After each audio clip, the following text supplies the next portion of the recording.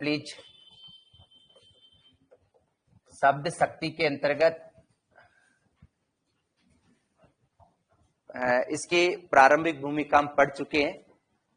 शब्द शक्ति किसे कहते हैं और शब्द शक्ति के मुख्य रूप से कितने भेद माने गए हैं, इस पर चर्चा हम पिछली क्लास में कर चुके हैं। आज हम शुरुआत करेंगे कहां से? लक्षणा शब्द शक्ति से। जी हाँ, पहली अभिधा शब्द शक्ति है और इसके बाद में हम जिस शब्द शक्ति की चर्चा करने जा रहे हैं वो है लक्षणा शब्द शक्ति। लक्षणा शब्द शक्ति की परिचयात्मक भूमिका हम लोग पढ़ चुके हैं।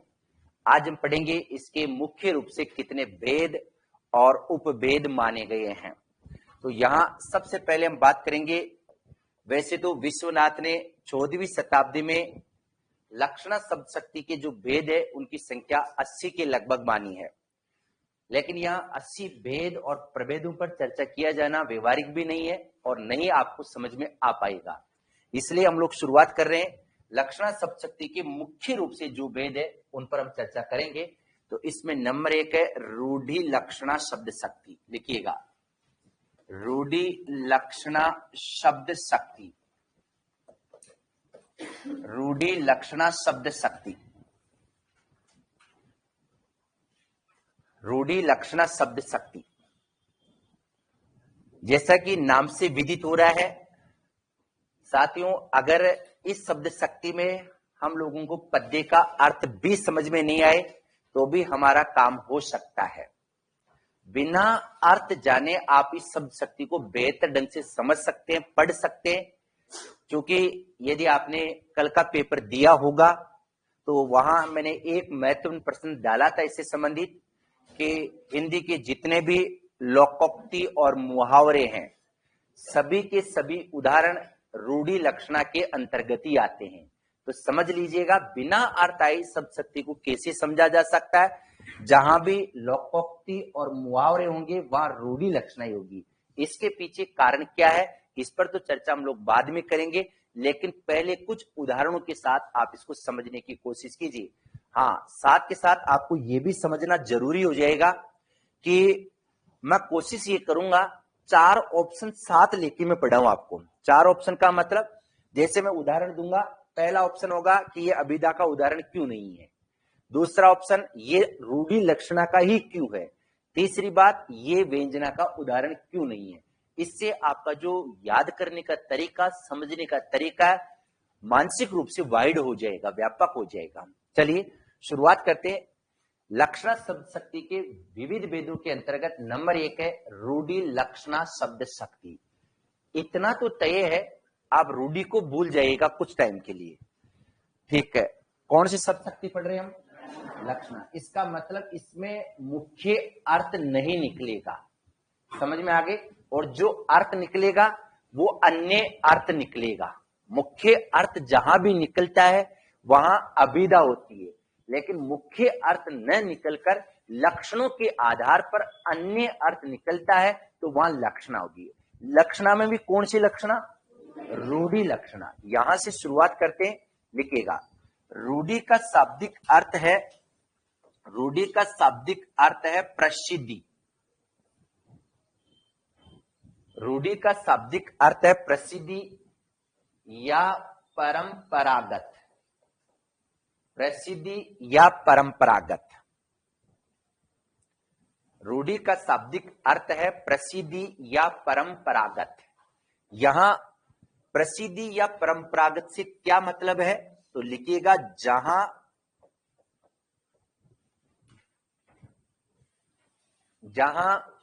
लक्ष्यार्थ की प्राप्ति, जहां लक्ष्यार्थ की प्राप्ति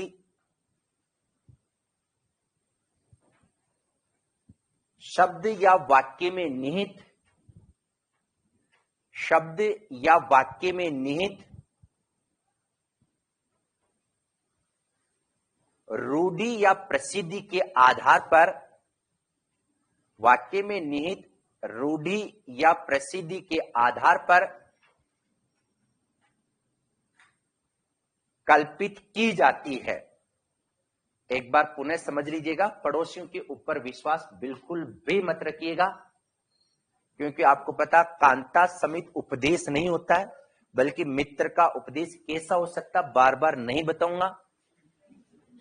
जो सिर्फ और सिर्फ क्या हो सकता है, मीठा हो सकता है, लेकिन आपके प्रति हितकारी। और फिर भी आप इतने समझदार होने के बावजूद यदि पड़ोसियों पर यकीन रख रहे हैं तो समझ लीजिएगा कुछ न कुछ कमी है। देखिएगा, जहां मैं एक बार फिर से रिपीट कर रहा हूं, चूंकि यहां मुख्य अर्थ तो आएगा ही नहीं आएगा ना, तो जहां लक्ष्यार्थ की प्राप्ति, चूंकि लक्षणा सब शक्ति है, तो लक्ष्यार्थ की प्राप्ति शब्द में निहित रूढ़ी का मतलब क्या हो जाएगा, प्रसिद्धि के आधार पर कल्पित की जाती है, तो वहां ये शब्द शक्ति होती है। लिख लीजिएगा, तो वहां यह शब्द शक्ति होती है। शब्द में निहित रूढ़ी या प्रसिद्धि के आधार पर कल्पित की जाती है, तो वहां यह शब्द शक्ति होती है। अब आपके मस्तिष्क में प्रश्न उठता है कि साहब कैसे होगी। पहले कुछ उदाहरणों पर चर्चा कर लेते हैं। एक बार पुनः समझिएगा, लक्षणा शब्द शक्ति में मुख्य अर्थ नहीं निकलता, लक्ष्यार्थ निकलता है। और लक्ष्यार्थ किसके आधार पर ग्रहण किया जाए, रूढ़ी या प्रसिद्धि के आधार पर कल्पित किया जाता है, तो रूढ़ी लक्षणा शब्द शक्ति होगी। मैं आपको पूर्णतः भरोसा दिलाता हूं कि जब आप आज की क्लास छोड़ेंगे तो जहां तक हम शब्द शक्ति पढ़ेंगे आप अंगुलियों पे अपने आप अलग अलग कर दोगे। ये मैं आपको प्रॉमिस कर रहा हूं, चाहे कुछ भी नहीं आता है, लेकिन एक बार शुरुआती दौर में आप समझने का प्रयास कीजिएगा। और मैडम जी, टाइम का आप ध्यान रखिएगा, एक एक बच्चे पर मेरी नजर रहती है, किसी की कोहनी कहां हिल रही है ये भी मुझे पता चल जाता है। समझ गए? कल से मैं गेट लगवा दूंगा। पहले ही बता देता हूं, अनुशासन राष्ट्र को मान बनाता है, क्योंकि मैं व्यक्तिगत जीवन में भी अनुशासित हूं। और मैं नहीं चाहता हूं कि आप जब मर्जी आए उठ जाए, जब मर्जी आए उबा से ले। उबा से भी बिना इजाजत के नहीं ले सकते आप। हंस रहे फिर भी है भाई। अपना ध्यान यहां लगाने के लिए 2 घंटे आए तो पढ़िए ना बेहतर ढंग से। तो आप टाइम टेबल को सुधार लीजिएगा, सभी को बोल रहा हूं मैं। 10 मिनट पहले कोशिश कीजिएगा आप आने की। समझ में आ गया? और अनावश्यक बातचीत नहीं कीजिएगा। 100% आप यहां देंगे तो 200% आपको मिलेगा। ये कोई 10वीं 12वीं की क्लासें थोड़ी है जहां आगे चल गए उठ गए, आप पैसे देके बैठे हैं यहाँ, और आपके भविष्य का सवाल है यहाँ। तो आप अपने आप को 100% यहां रखिएगा, ठीक है? तो यहां मैं जो बात बताने जा रहा था, लक्षणा में लक्ष्यार्थ की प्राप्ति होगी, और लक्ष्यार्थ की प्राप्ति शब्द में निहित रूढ़ी या प्रसिद्धि के आधार पर होती है, तो वहां रूढ़ी लक्षणा होती है। बेहतर ढंग से तब समझ में आएगा जब इसके उदाहरण हम लोग पढ़ लेंगे। चलिएगा, मैं उदाहरण दे रहा हूं, लिखिएगा। पहले गद्दे में उदाहरण दे देता हूं। आसमान टूट पड़ा। 5-6 उदाहरण इसके दूंगा, इसके बाद पद्य में उदाहरण आपको बताए जाएंगे। आसमान टूट पड़ा, केवल आप कुछ समय के लिए समझेंगे, बाद में उतारेंगे, क्योंकि फिर आपको दिक्कत हो जाएगी। नंबर 2 उतारेंगे नहीं, पहले बता देता हूं। दूसरा, इसमें वह चौकन्ना रहता है, वह चौकन्ना रहता है। फिर नंबर 3, उसने तो मेरी नाक ही कटवा दी, उसने तो मेरी नाक ही कटवा दी, ठीक है? फिर आप देख लीजिएगा, वह तो हवा से बातें कर रहा है, हवा से बातें कर रहा है। और ले लेता हूं आपके सामने, देखिएगा। अब ये सारे के सारे, पहली बात है कि अभिधा के उदाहरण नहीं है, क्योंकि अभिधा शब्द शक्ति हम पढ़ चुके हैं। क्यों नहीं होंगे अभिधा में? क्योंकि अभिधा का लोक प्रचलित अर्थ निकलता है, और वास्तविकता यह है कि जितने भी लोकोक्ति और मुहावरे हैं उनका लोक प्रचलित अर्थ नहीं निकलता, बल्कि वो किसी न किसी के लिए रूढ़ यानी प्रसिद्ध हो जाते हैं। देखिएगा, आसमान टूट पड़ा, तो दिमाग लगाइए, आसमान कभी भी टूट के नहीं पड़ता। अगर पड़ता है तो जाहिर सी बात है वहां अभिधा होगी, लेकिन नहीं पड़ता, तो अभिधा का उदाहरण ये नहीं है। अगर इसको हम अभिधा में कन्वर्ट करना चाहे, बदलना चाहे, तो बात साफ है, विपत्ति आ गई। एक ही उदाहरण को मैं कोई 10-10 बार बता चुका हूं, आपको फिर भी समझ में नहीं आए, फिर कोई दिक्कत वाली बात नहीं होगी। ठीक है, विपत्ति आ गई, किसमें बदल गई बताइए? अबिदा में। फिर देखिएगा, वह चौकन्ना रहता है। इस उदाहरण को मैंने जब प्रारंभिक तौर पर पढ़ाया था, आपको सामान्य तरीके से समझाने का प्रयास किया था भूमिका के रूप में, तब भी बताया था। वह चौकन्ना यानी चार कानों वाला रहता है। तो ये तो लोक प्रचलित अर्थ नहीं है, इसका मतलब चार कानों वाला किसी न किसी के लिए रूढ़ यानी प्रसिद्ध है, इसलिए ये रूढ़ी लक्षण है। और किसके लिए प्रसिद्ध है? वह सजग या सावधान रहता है, वह सजग या सावधान रहता है। तो इसका मतलब बात साफ है, ये कौन सी हो जाएगी? उधर तो अभिधा, इधर क्या हो गई? लक्षण। ऐसे ही जब हम तीसरी शब्द शक्ति पढ़ेंगे तो आपको कंपेरेटिव तुलनात्मक अध्ययन में कराऊंगा, ताकि आपको पता चल जाए कि हाँ इसमें यही होगा।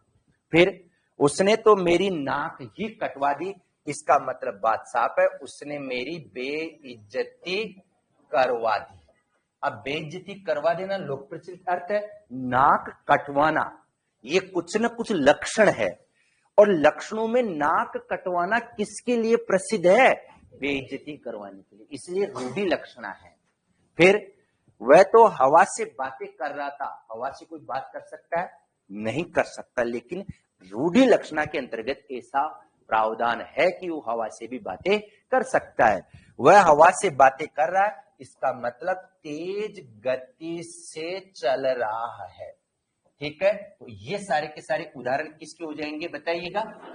अभेदा शब्द शक्ति के और ये लक्षणा। अब सुनिए, लक्षणा में किस लक्षणा की? रूढ़ी लक्षणा के, क्योंकि ये सारे के सारे शब्द या वाक्य किसी न किसी अर्थ के लिए रूढ़ यानी प्रसिद्ध हो चुके हैं। देखिएगा आप, हवा से बातें करना, तेज गति से चलना, नाक कटवाना, बेइज्जती करवाना, इसलिए ये रूढ़ी लक्षणा के ही उदाहरण होंगे। ये प्रयोजनवती लक्षणा, शुद्धा लक्षणा, गुणी लक्षणा के उदाहरण नहीं हो सकते। ठीक है, तो यहां आप लक्षणा लिखिएगा, उधर आप अभिधा लिखिएगा, और अभी इसमें भी कौन सी? रूढ़ी लक्षणा। फिर पद्य के उदाहरण में दूंगा, एक बार उतार लीजिएगा।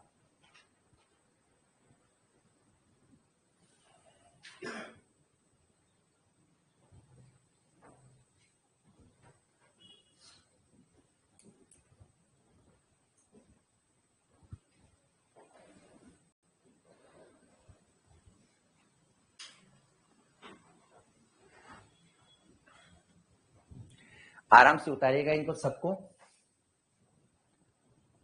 रूढ़ी लक्षणा और अभिधा लक्षणा में मैंने तुलनात्मक अध्ययन आपको करवा दिया है।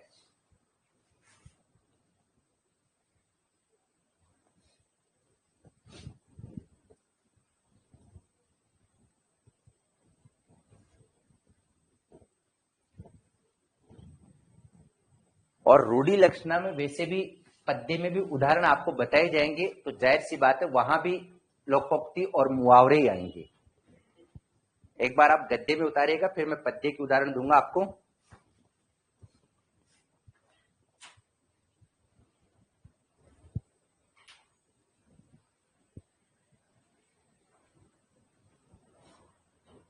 हाँ जी, उतार चुके?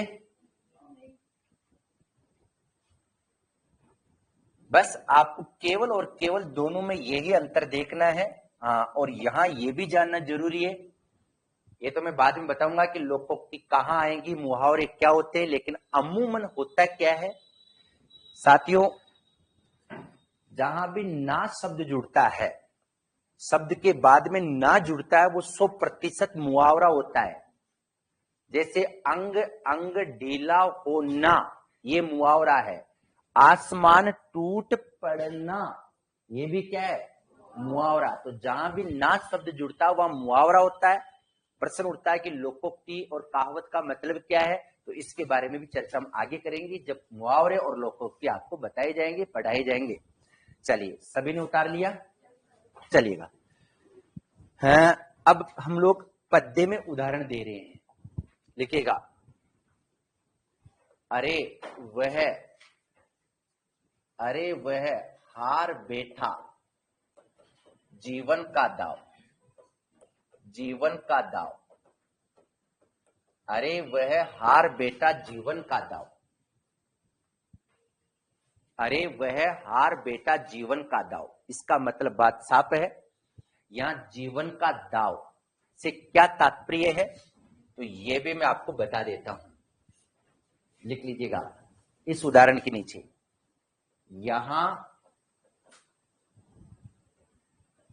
यहां जीवन का दाव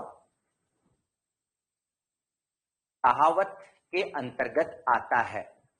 यहां जीवन का दाव कहावत के अंतर्गत आता है, कहावत के अंतर्गत आता है, जिसका मतलब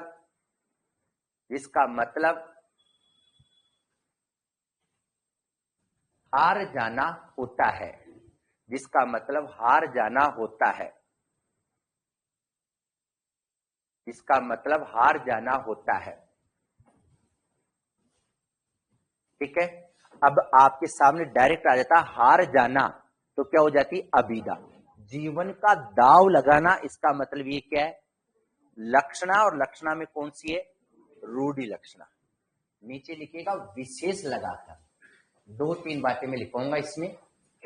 विशेष, कल के पेपर में प्रश्न भी आया था। देखिएगा रूढ़ि लक्षणा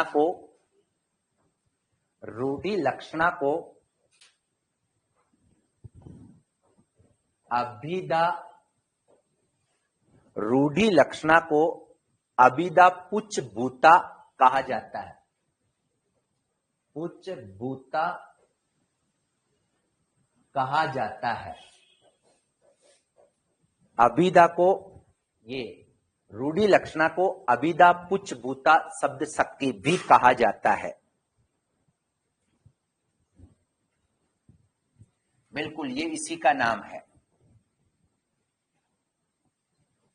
आचार्य मम्मट ने इस शब्द शक्ति को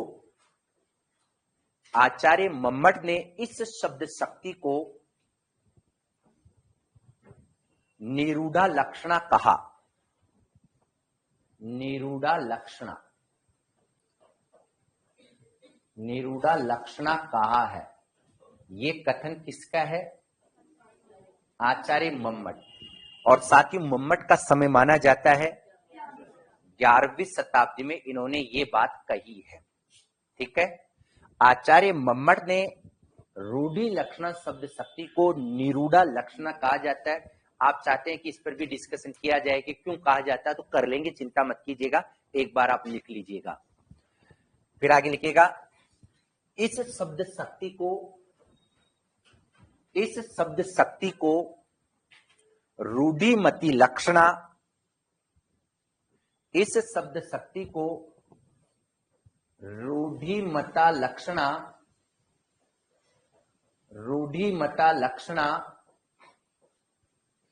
रूढ़िमूला लक्षणा भी कहा जाता है। इस शब्द शक्ति को रूढ़िमता लक्षणा या रूढ़िमूला लक्षणा भी कहा जाता है। और भी बातें बता देता हूं, ये सब इसके नाम है, लेकिन यहां ध्यान देने की आवश्यकता है कि मम्मट के अनुसार, और मम्मट काव्य शास्त्र के प्रवर्तक है, जनक है, उनके अनुसार इसका नाम क्या है, निरूढ़ा लक्षणा है। लिखिएगा इस शब्द शक्ति में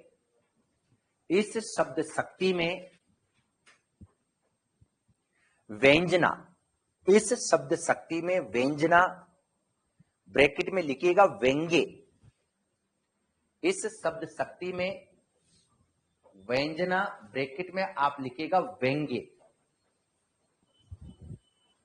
पर आश्रित, व्यंग्य पर आश्रित नहीं होने के कारण,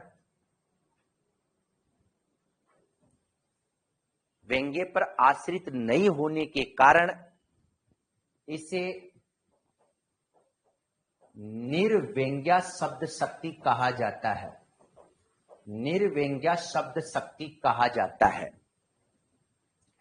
निर प्लस व्यंग्या, निर्व्यंग्या शब्द शक्ति भी कहा जाता है। एक बार पुनः समझिएगा, शुरुआत में आपने यह लिखा, इसकी जगह इस लिखना पड़ेगा, इस शब्द शक्ति में। हाँ फिर ठीक है। इस शब्द शक्ति में चूंकि व्यंग्य यानी व्यंजना नहीं होती है और उस पर यह आश्रित नहीं होती, और सही भी है। अरे भाई रूढ़ि लक्षणा करे या व्यंग्यार तो हो ही नहीं सकता, उस पर आश्रित नहीं होने के कारण इस शब्द शक्ति को निर्व्यंग्या शब्द शक्ति भी कहा जाता है, जो लिखिएगा जो सदैव व्यंग्य से रहित होती है, जो सदैव व्यंग्य से रहित होती है, जो सदैव व्यंग्य से रहित होती है, जो सदैव व्यंग्य से रहित होती है। ठीक है। सभी प्रकार के लोकोक्ति और मुहावरों का प्रयोग इस शब्द शक्ति में किया जाता है। सभी प्रकार के लोकोक्ति और मुहावरों का प्रयोग इस शब्द शक्ति में किया जाता है। सभी प्रकार के लोकोक्ति और मुहावरों का प्रयोग इस शब्द शक्ति के अंतर्गत किया जाता है।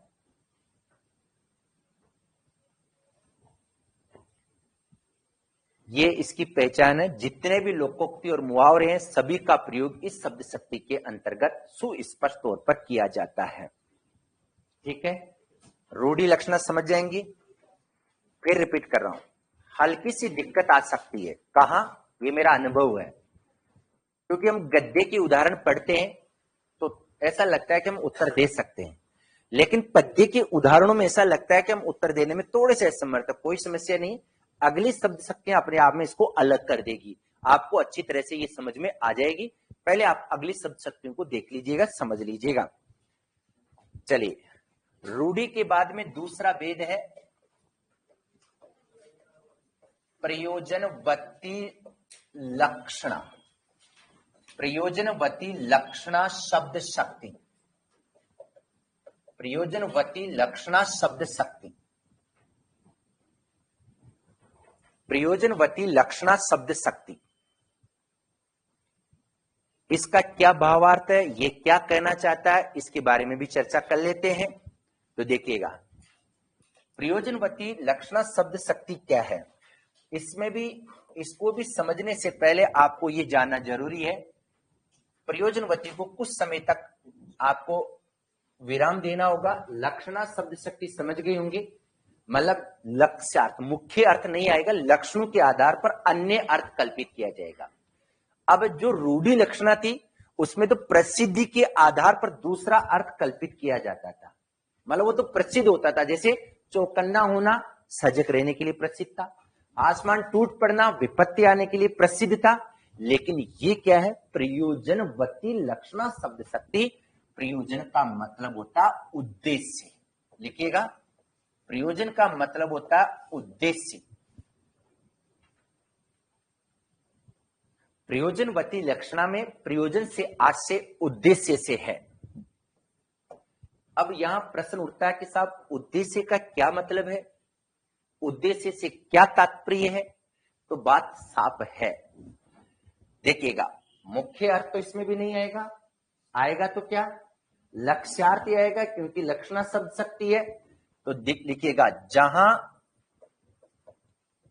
जहां प्रयोजन या उद्देश्य के अनुसार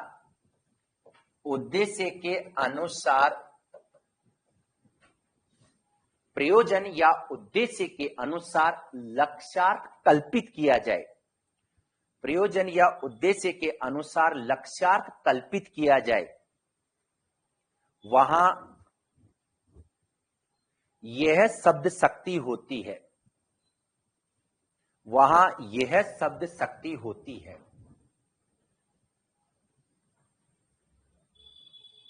जहां प्रयोजन या उद्देश्य के अनुसार लक्ष्यार्थ कल्पित किया जाए वहां यह शब्द शक्ति होती है। सरल शब्दों में बात यह है, बहुत इजी है। देखिएगा, एक गद्य का उदाहरण दे रहा हूं, फिर 3 उदाहरण पद्य के दूंगा इसमें, और आप समझ जाएंगे।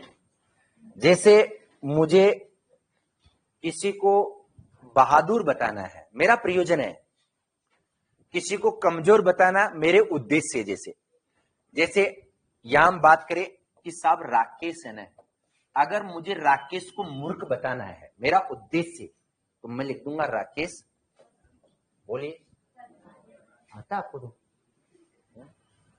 अरे यार ऐसी अगर कोई बात है आपको आती है ना तो मैं तो आगे बढ़ जाऊंगा। राकेश गधा है, ठीक है। फिर देखिएगा, अगर मुझे राकेश को होशियार बताना, बलशाली बताना है, तो राकेश क्या है? शेर भी है। अब दोनों में अंतर देखिएगा, मैं एक तरफ से आ रहा हूं, अभिधा शक्ति पे आइए आप, तो पहले अभिधा पे आइए, मतलब इससे बढ़िया और व्यवहारिक ढंग से ये सबसे जटिलतम टॉपिक है काव्य शास्त्र का, उसको मैं समझा रहा हूं चार चार ऑप्शन को सामने रखकर, आपके दिमाग में कोई भी कंफ्यूजन हमेशा हमेशा के लिए दूर हो जाएगा। पहले तो कि साहब ये नंबर एक अभिधा का उदाहरण है कि नहीं है? नहीं है, क्योंकि राकेश लड़का हो सकता है, मूर्ख हो सकता है, लेकिन गधा हो सकता है। कहां? प्रयोजनवती लक्षणा में, वैसे तो नहीं हो सकता, ठीक है। फिर चलेगा, राकेश शेर है, अभिधा में तो नहीं हो सकता। राकेश बलशाली है तो अभिधा हो जाएगी, ठीक है, अभिधा नहीं है। अब नंबर दूसरी कौन सी थी? रूढ़ि लक्षणा। लक्षणा में नंबर एक रूढ़ि है। अब रूढ़ि का उदाहरण क्यों नहीं है समझिएगा। राकेश गधा है, सुनिए, ये जो गधा शब्द है ना, ये राकेश के लिए रूढ़ थोड़ा ही है। राकेश को नीचे तो क्या बता दिया अपने, राकेश को और भी तो बता सकते, तो मतलब ये राकेश के लिए ये सभी शब्द रूढ़ यानी प्रसिद्ध थोड़े हैं। जबकि देखिएगा, आसमान टूट पड़ा वो रूढ़ है, विपत्ति आ गई, लेकिन यहां राकेश को अपने प्रयोजन के हिसाब से, कृपया यात्रीगण ध्यान दे, प्रयोजनवती लक्षणा पढ़ रहे, प्रयोजन का मतलब उद्देश्य, अपने उद्देश्य के अनुसार राकेश को हम बलशाली भी बता रहे हैं और उनको मूर्ख भी बता रहे हैं। अगर इसका अभिधा में कन्वर्ट करेंगे तो राकेश मूर्ख है, इधर राकेश क्या है? बलशाली, ये तो अभिधा हो जाएगी। रूढ़ि लक्षणा इसलिए नहीं है क्योंकि राकेश के लिए गधा शब्द रूढ़ नहीं है, राकेश के लिए शेर शब्द भी रूढ़ नहीं है, राकेश के लिए और शब्द भी रूढ़ यानी प्रसिद्ध नहीं है, इसलिए ये प्रयोजनवती लक्षणा है। अपना उद्देश्य है कि मैं राकेश को क्या बताऊं? मूर्ख बताऊं या राकेश को बलशाली बताऊं। पहले इनकी व्याख्या लिखिएगा, फिर पद्य में उदाहरण देंगे, लिखिएगा। यहां हाँ उतार लीजिएगा, राकेश गधा है, राकेश शेर है, दोनों को साथ के साथ ही उतार लीजिएगा।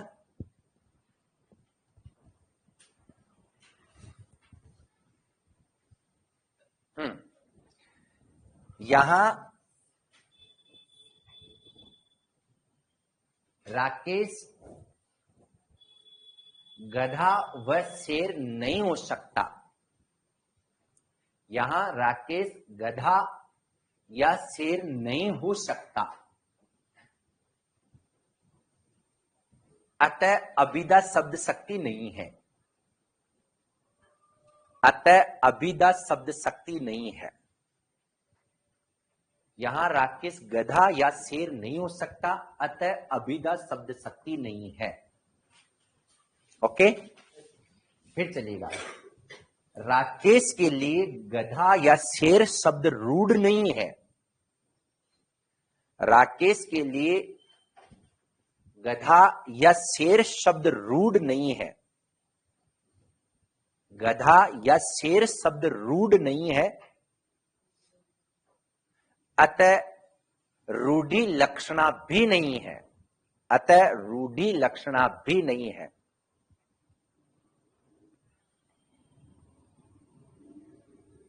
समझ गए? रूढ़ि लक्षणा भी नहीं है। यहां राकेश को देखिएगा, यहां राकेश को अपने प्रयोजन के अनुसार, प्रयोजन ब्रैकेट में उद्देश्य भी लिख लीजिएगा, यहां राकेश को अपने प्रयोजन अर्थात उद्देश्य के अनुसार, प्रयोजन अर्थात उद्देश्य के अनुसार मूर्ख या बलशाली, मूर्ख या बलशाली बताने के लिए यहां राकेश को अपने प्रयोजन या उद्देश्य के अनुरूप या अनुसार मूर्ख या बलशाली बताने के लिए क्रमशः गधा और शेर, क्रमशः गधा और शेर शब्दों का प्रयोग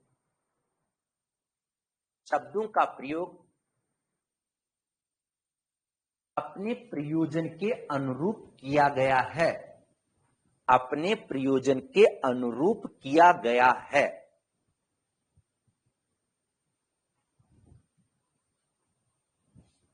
ओके, अच्छी तरह से समझ में आ गई बात। अपने उद्देश्य के अनुसार रमेश को गधा भी बता दिया गया और हमने शेर भी बता दिया। तीनों बातें, तीन शब्द शक्तियां जो हम पढ़ रहे हैं, तीनों को मैंने अलग अलग कर दिया। अब और भी उदाहरण देखिएगा। उदाहरण संख्या 2, आंख खोलकर देखा। आंख खोलकर लिख लीजिएगा, देखा तो, आंख खोलकर देखा तो सामने हड्डियों का ढांचा खड़ा था। हड्डियों का ढांचा था या खड़ा था, एक ही बात है। ठीक है, आंख खोलकर देखा तो सामने हड्डियों का ढांचा खड़ा था। पहले तो ये देखिएगा, ये पंक्तियां कहां से ली गई है, तो ये सुमित्रा नंदन पंत की पंक्तियां, लिख लीजिएगा यहां, ये पंत जी की पंक्तियां हैं। अब आप ये सोच रहे कि पंत जी के कौन से ग्रंथ की है, तो ये चर्चा तो हम लोग आगे कर लेंगे जब बहुत सारा लिटरेचर बाकी है। आंख खोलकर देखा तो सामने हड्डियों का ढांचा खड़ा था, ये कथन पंत जी का है। यह मुद्दे की बात और मूल विषय क्या है कि इसमें कौन सी शब्द शक्ति होनी चाहिए और क्यों होनी चाहिए, और शेष शब्द शक्तियां क्यों नहीं है। देखिएगा, आंख खोलकर देखा तो सामने हड्डियों का ढांचा खड़ा था, इसका मतलब यहां पंत जी का जो प्रयोजन उद्देश्य है वो किसी भी व्यक्ति को कमजोर बताना है। किसी भी व्यक्ति को, हड्डियों का ढांचा खड़ा था, पहली बात तो क्या हड्डियों का ढांचा खड़ा हो सकता है, क्या हो सकता है भूत बन के, तो लेकिन भूत वाली बात यहां भूलना पड़ेगा। हड्डियों का ढांचा कभी खड़ा नहीं हो सकता, इसका मतलब अभिधा नहीं है, लिखिएगा हड्डियों का ढांचा कभी खड़ा नहीं हो सकता। थोड़ा सा स्पीड बढ़ाइएगा गाड़ी की, नहीं तो मैं ओवरटेक करना प्रारंभ कर दूंगा, फिर आप पड़ोसी की तरफ ताकी करोगे। बोल देता हूं, हड्डियों का ढांचा खड़ा नहीं हो सकता, अतः अभिधा शब्द शक्ति नहीं है।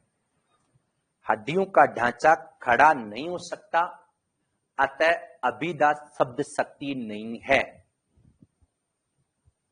चलिए अब नंबर 2 पे आ जाते हैं। कौन सी, ये रूढ़ी है कि नहीं है। भाई ये तो तभी बताया जा सकता है जब पूरा कॉन्सेप्ट क्लियर हो। इसमें रूढ़ी क्यों नहीं है, लिखिएगा यहां रूढ़ी लक्षणा इसलिए नहीं है,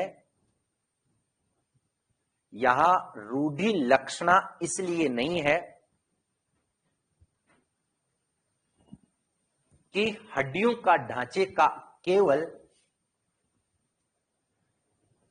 यहां रूढ़ी लक्षणा इसलिए नहीं है कि हड्डियों का ढांचे का अर्थ केवल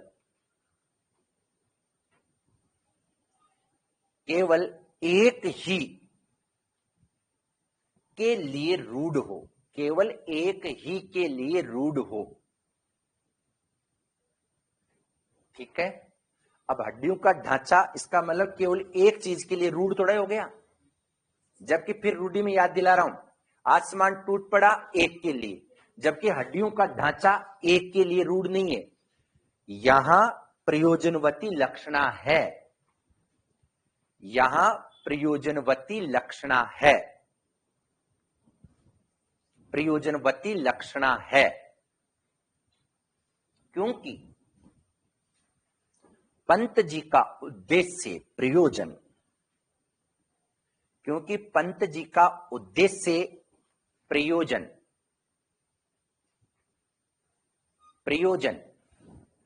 देखिएगा। अब क्या क्या प्रयोजन है इनका? भाई ये हड्डियों का ढांचा क्यों बोला इन्होंने पंत जी ने? हड्डियों का ढांचा हम किसको देखकर बोल सकते हैं? कमजोर व्यक्ति हो उसको भी बोल सकते हैं एकदम हड्डियों का ढांचा है यार। तो रुग्ण व्यक्ति को भी कह सकती है, जो बीमार व्यक्ति है। कृपया यात्रीगण ध्यान दे, अगर हड्डियों का ढांचे का मतलब केवल और केवल कमजोर व्यक्ति के लिए रूढ़ होता तो ये रूढ़ी हो सकती थी, लेकिन इसके अलग अलग लक्ष्यार्थ कल्पित किए जा रहे हैं। किसके आधार पर? प्रयोजन यानी उद्देश्य के आधार पर। इसलिए ये प्रयोजनवती का उदाहरण है। रुकिएगा, मैं लिखवा देता हूं। यहां पंत जी ने हड्डियों का ढांचा, हाँ जी, अरे भाई बात यही की होगी। अब थोड़ा सा मैं कुछ टिप टाप के तो बोल नहीं रहा, जो दिमाग में आती है उद्देश्य लैंग्वेज को आप अपने स्तर पर भी चेंज करने की कोशिश कीजिएगा। यहां पंत जी का उद्देश्य है हड्डियों के ढांचे से, यहां पंत जी का उद्देश्य हड्डियों के ढांचे से किसी व्यक्ति को कमजोर बताना हो सकता है। हड्डियों के ढांचे से किसी व्यक्ति को कमजोर बताना हो सकता है, किसी व्यक्ति को बीमार बताना हो सकता है,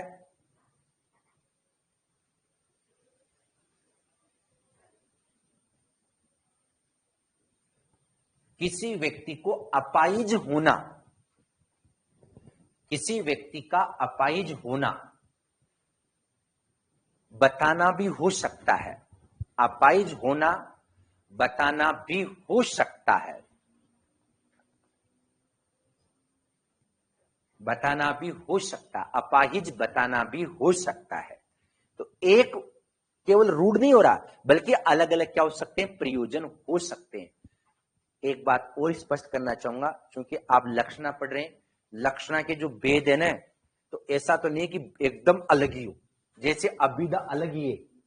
ये लक्षणा तो लक्षणा में तो नजदीक संबंध हो गए ना, चार है तो लक्षणा ही, तो हल्का हल्का अंतर रहेगा। ऐसे सोचे कि एकदम ही अलग है, अलग नहीं होंगी, नाम मात्र का अंतर इनमें रहेगा। नंबर 3, हे शुद्ध बुद्ध, हे शुद्ध बुद्ध आत्मा केवल, हे चिर नवीन, लिख लीजिएगा, शुद्ध बुद्ध आत्मा केवल, हे चिर पुराण, हे चिर नवीन, हे चिर पुराण, हे चिर नवीन, हे चिर पुराण, हे चिर नवीन।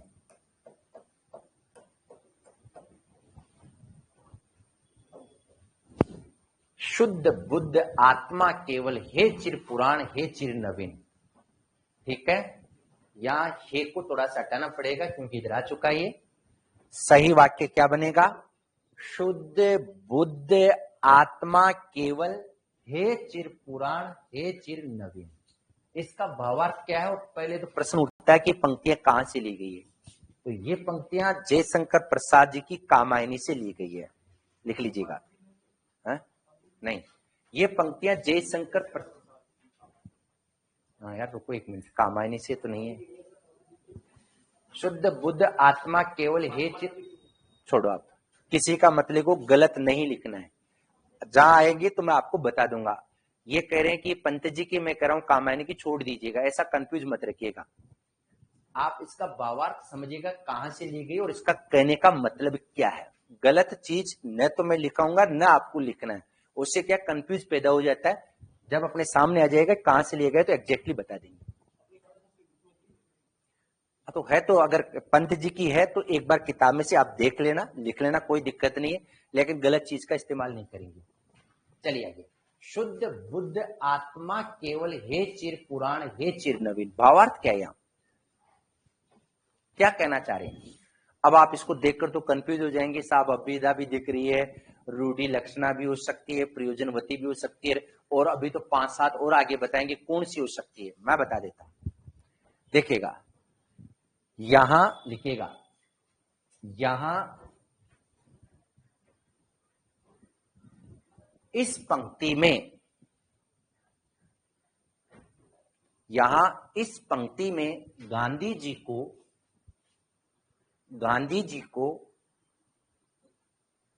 निर्विकार, गांधी जी को निर्विकार, निर्विकार मैं लिख देता हूं, गांधी जी को निर्विकार व अत्यंत,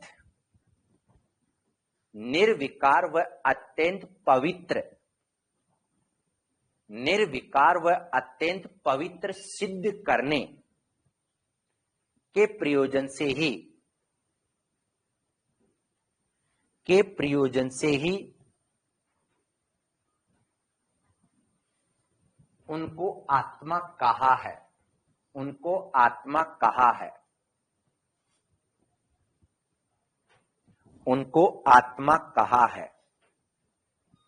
किनको? गांधी जी को। अब एक बात बताइए, गांधी जी आत्मा हो सकते हैं क्या? इसका मतलब अभिधा तो नहीं है, नीचे लिख लीजिएगा, गांधी जी आत्मा नहीं हो सकते, इसलिए अभिधा नहीं है। गांधी जी आत्मा नहीं हो सकते,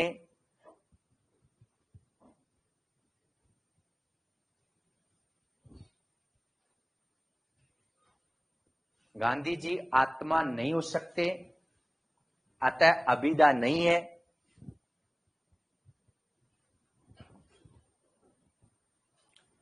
लिख लिया? गांधी जी के लिए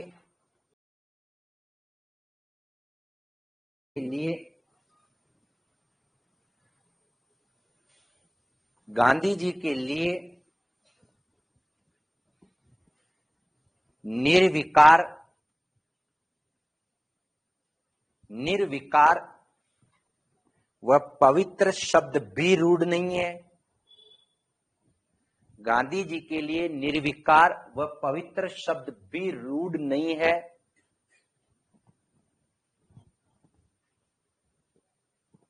नहीं है ना? अरे गांधी जी के लिए तो अहिंसा शब्द भी चल सकता है। अतः रूढ़ी लक्षणा भी नहीं है, अतः रूढ़ी लक्षणा भी नहीं है।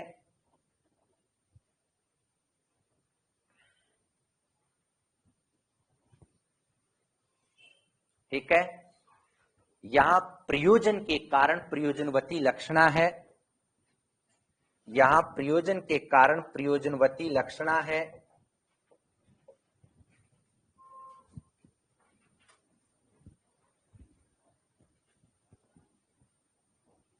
ठीक है, एक और उदाहरण दे देते हैं। लहरे व्योम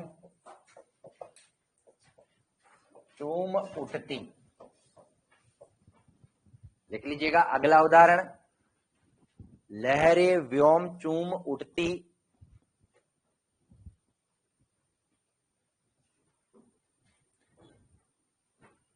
लिख लिया?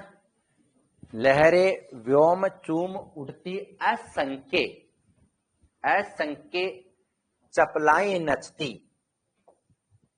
असंख्य चपलाएं नचती।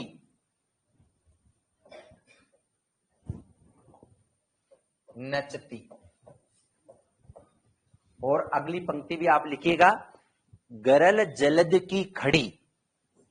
हाँ, इसी में दूसरी पंक्तियां, गरल जलद की खड़ी जड़ी में, गरल जलद की खड़ी, गरल जलद की खड़ी जड़ी में, जड़ी में बूंदे, जड़ी में बूंदे निज संसृष्टि रचती। एक बार मैं फिर रिपीट कर रहा हूं, कोई जल्दबाजी नहीं है। लहरे व्योम चूम उठती, असंख्य चपलाएं नचती, गरल जलद की खड़ी झड़ी में बूंदे निज संसृष्टि रचती। बूंदे निज संसृष्टि रचती। इसका भावार्थ क्या है, ये क्या कहना चाह रहे हैं, तो ये भी आप समझ लीजिएगा। और हाँ, ये भी समझ लीजिएगा कि इसमें प्रयोजनवती क्यों है और शब्द शक्तियां क्यों नहीं है। तो पहले समझा देता हूं अभिधा को। लहरे व्योम चूम उठती, लहरे है ना, वो आसमान को कैसे चूम सकती है, नहीं चूम सकती। इसका मतलब क्या बात है, एडवांस ही बोलने लगे, अभिधा नहीं है। लिख लीजिएगा, लहरे व्योम ब्रैकेट में लिख लीजिएगा आसमान, लहरे व्योम ब्रैकेट में लिख लीजिएगा आसमान को कैसे चूम सकती है, कैसे चूम सकती है।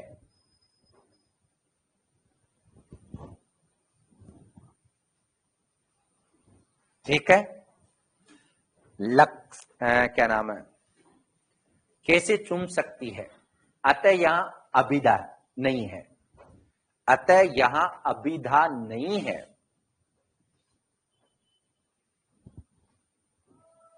ठीक है, यहां कवि का प्रयोजन, यहां कवि का प्रयोजन, यहां कवि का प्रयोजन है कि लहरें पर्याप्त ऊंची उठ रही है, लहरें पर्याप्त ऊंची उठ रही है, अतः चूमने का तात्पर्य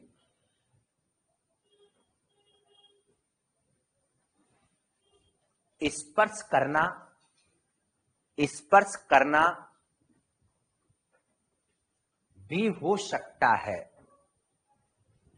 स्पर्श करना भी हो सकता है। अच्छा, चूमने का तात्पर्य स्पर्श करना भी हो सकता है। दो तात्पर्य हो रहे हैं, दो प्रयोजन। कौन कौन सी, लहरें व्योम चूम उठती, एक तो बहुत ऊंची ऊंची लहरें, एक तो ये इसका प्रयोजन हो रहा है। दूसरा प्रयोजन ये हो रहा है कि उसको आकाश को क्या कर रही है, चुंबन का मतलब स्पर्श करने का भी उसका प्रयोजन है, जबकि स्पर्श हो नहीं रहा, बल्कि ऐसा उसका प्रयोजन लक्ष्यार्थ इसमें कल्पित किया गया है। तो केवल और केवल इसका भावार्थ केवल एक के लिए रूढ़ नहीं हो रहा, इसलिए रूढ़ी लक्षणा भी नहीं है, बल्कि यहां कवि का उद्देश्य लहरों को ऊंचाई तक पहुंचाना है, लहरों को स्पर्श करना है, या कोई और भी हो सकता है, इसलिए प्रयोजनवती लक्षणा हो जाएगी। चलो, रूढ़ी में और प्रयोजनवती में कुछ कुछ अंतर न भी आए, लेकिन आपको ये तो 100% हो गया है कि अभिधा में अंतर और लक्षणा में तो अंतर करना आप अच्छे से समझ गए होंगे, और भी धीरे धीरे आप समझ जाएंगे। ठीक है, रूढ़ी में और प्रयोजनवती में एक और अंतर बता देता हूं, जहां तक मेरा व्यक्तिगत अध्ययन की सीमाएं रही है, मैंने जहां तक पढ़ा है, दोनों में एक ही लाइन से अंतर है।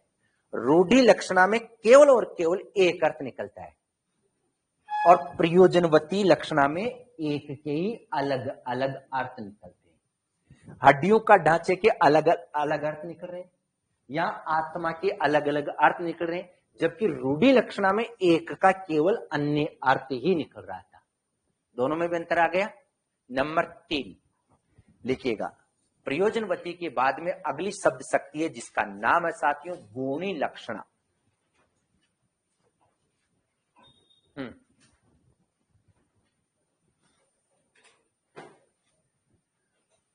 गुणी लक्षणा शब्द शक्ति।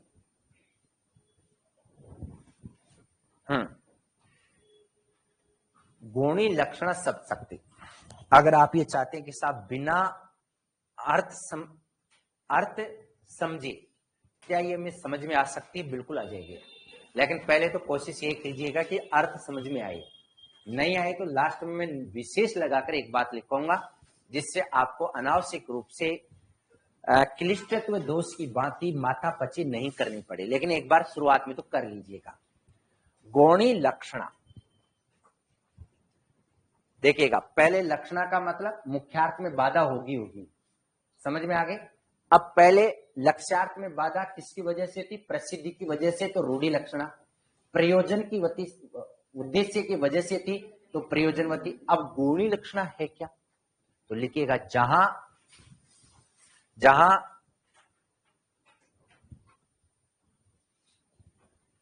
काव्य के अंतर्गत, जहां काव्य के अंतर्गत मुख्य अर्थ में बाधा उत्पन्न होने पर, मुख्य अर्थ में बाधा उत्पन्न होने पर, आप में से कुछ ऐसे विद्यार्थी भी हैं क्या जो केवल ये समझ रहे हैं मुख्य अर्थ बाधा, केवल इतना ही समझ में आ रहा है? वो एक बार में क्या पहले पढ़ा रहा था, तो मैं पढ़ा रहा था साधारणीकरण का सिद्धांत। हर किसी के बस की बात नहीं है, ये लेवल पे डिपेंड करता है। तो साधारणीकरण साधारणीकरण साधारणीकरण, मैंने लास्ट में काफी लंबी चौड़ी व्यापक क्लास थी। जैसे विज्ञापन आने के बाद यहां भी आप देखेंगे 800 बच्चों को एक साथ, तो उसमें से मैंने लास्ट में पूछा भाई समझ में आ गया क्या? अब जानते बच्चों की अमूमन आदत होती है कि हाँ सर आ गया। एक लड़की ने खड़ा हो गया, प्रहलाद गुजर थे फागी की, जिनको हम लोग भगत जी कहते थे पूरी क्लास। मन के कुछ न कुछ होगा इसमें।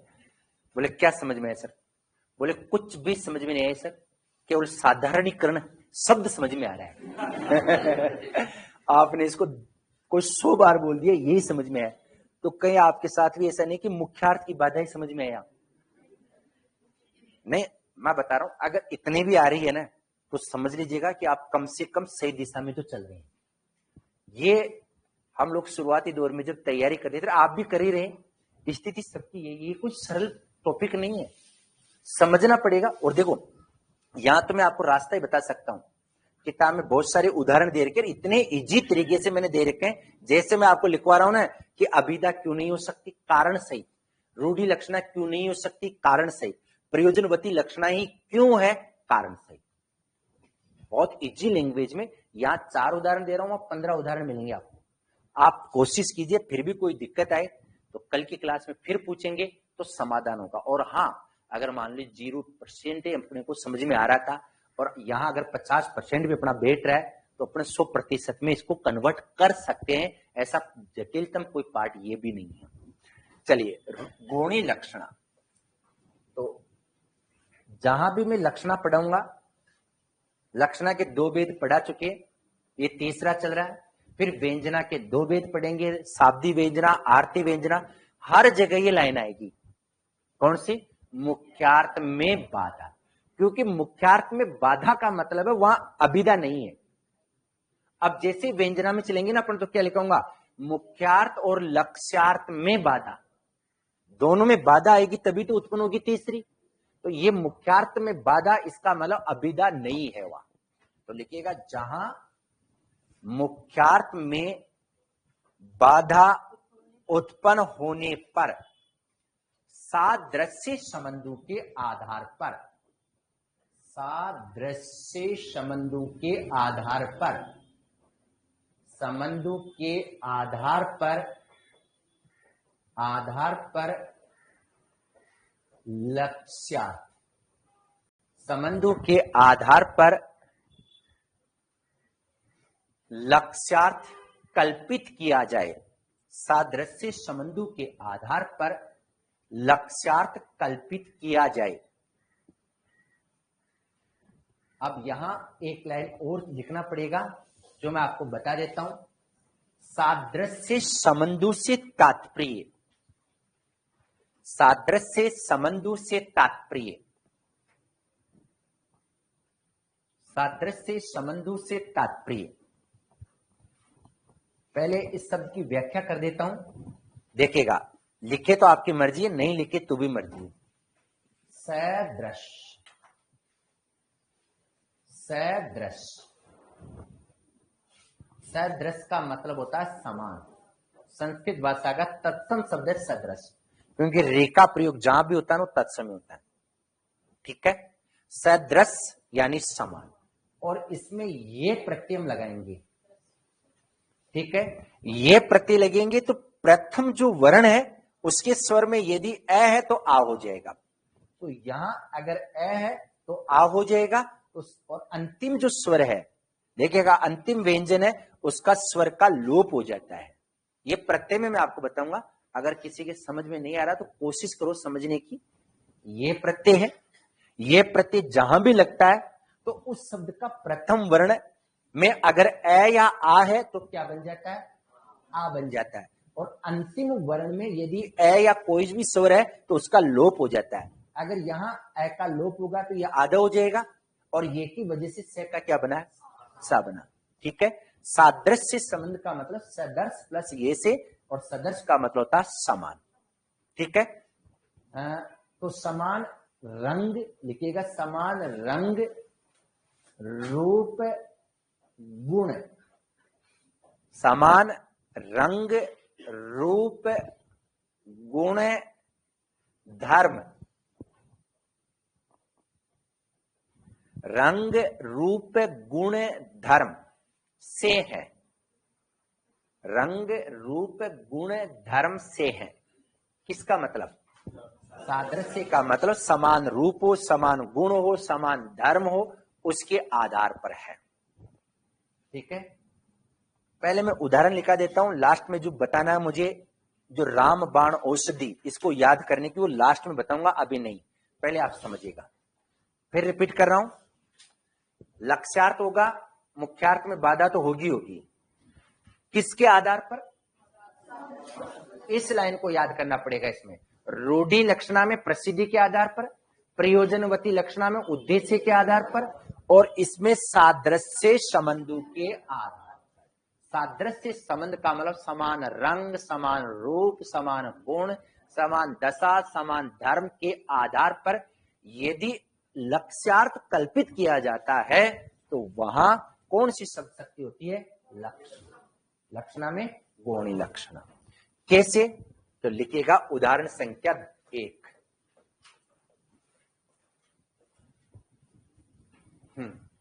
नारी कुमुदनी अवध सर, नारी कुमुदिनी अवध सर, अवध सर, नारी कुमुदिनी अवध सर, रघुवर विरह दिनेश, रघुवर विरह दिनेश, नारी कुमुदनी अवध सर रघुवर विरह दिनेश।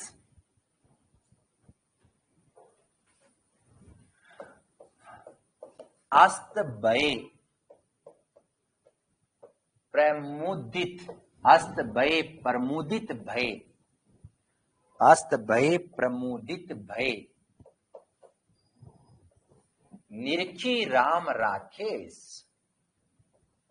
निरखी राम राकेश, अस्त भय प्रमुदित भय, निरखी राम राकेश। ठीक है, अस्त भय प्रमुदित भय, निरखी राम राकेश। एक बार स्पष्ट करना चाहूंगा, नारी कुमुदनी अवध सर रघुवर विरह दिनेश, अस्त भय प्रमोदित भय, निरखी राम राकेश। कहां का वर्णन है? जब राम 14 वर्ष के वनवास के पश्चात मर्यादा पुरुषोत्तम भगवान श्री राम बनकर, देखिएगा जब तक जिंदगी में संघर्ष नहीं होते ना तो आदमी का वजूद नहीं होता। राम जी थे केवली कब? 14 वर्ष के वनवास से पहले, और जब 14 वर्ष का वनवास भोग के वापस आए तो मर्यादा पुरुषोत्तम भगवान श्री राम कहलाए। जब ये वापस अयोध्या लौटे तो पहले भावार्थ बता देता हूं क्या है। अयोध्या में लौटने के पश्चात पूरी की पूरी अवध यानी अयोध्या सर यानी तालाब के समान थी। अवध सर नारी, नारी कुमुदनी, नारी का मतलब सीता जी कुमुदनी के समान दिखाई दे रही थी। पूरी की पूरी अयोध्या तालाब के समान दिखाई दे रही थी। रघुवर श्री राम विरह रूपी सूर्य के समान दिखाई दे रहे थे। अस्त, और देखो निरखी राम राकेश, और राम जी चंद्रमा के समान दिखाई दे रहे थे। इसका मतलब रघुवर दिनेश के समान भी थे और रघुवर चंद्रमा के समान भी है। राम और रघुवर यहां राम जी के लिए आया है। कब? अस्त भये, इधर से सूर्य अस्त हो रहा था, सूर्यास्त की बात है। अस्त भये और उधर से प्रमोदित भये, पूरे के पूरे अयोध्यावासी खुशी मना रहे थे, प्रमोदित यानी प्रसन्न हो रहे थे। निरखी देखकर राम राकेश, चंद्रमा रूपी राम को देखकर सब अयोध्यावासी प्रसन्नचित हो रहे थे। पहली बात आराम से समझ सकते हैं, अभिधा लक्षण और व्यंजनाम तो मिनटों में एंटर कर सकते हैं। नारी कुमुदनी हो सकती है क्या? सीता जी कुमुदनी हो सकती है क्या? नहीं, अभिधा नहीं है ना। फिर चलो, अयोध्या तालाब हो सकती है? नहीं हो सकती, अयोध्या तो नगरी है। फिर रघुवर दिनेश हो सकते हैं क्या? श्री राम सूर्य हो सकते हैं? नहीं। और राम जी चंद्रमा हो सकते हैं? बोलिए। इसका मतलब ये अभिधा तो, अब आप कहे कि साहब सभी चीजें पॉसिबल नहीं है।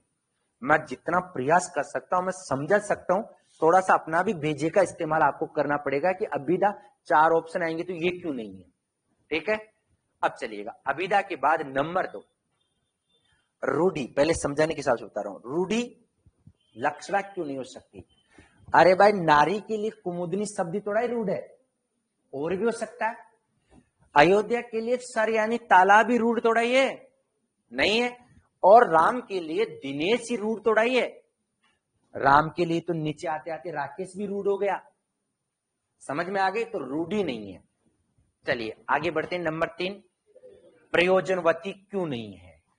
अपने उद्देश्य के हिसाब से, ध्यान दीजिएगा, उद्देश्य के हिसाब से नारी को कुमुदनी, अयोध्या को तालाब, रघुवर को दिनेश और राम को चंद्रमा बता तो दिया गया है। इसका मतलब कुछ हद तक तो प्रयोजनवती, कुछ हद तक। लेकिन अब चेंज कर रहा हूं, प्रयोजनवती में और कौन सी में, गुणी लक्षणा में अंतर स्पष्ट रूप से यह है कि गुणी में सादृश्य संबंध होने चाहिए।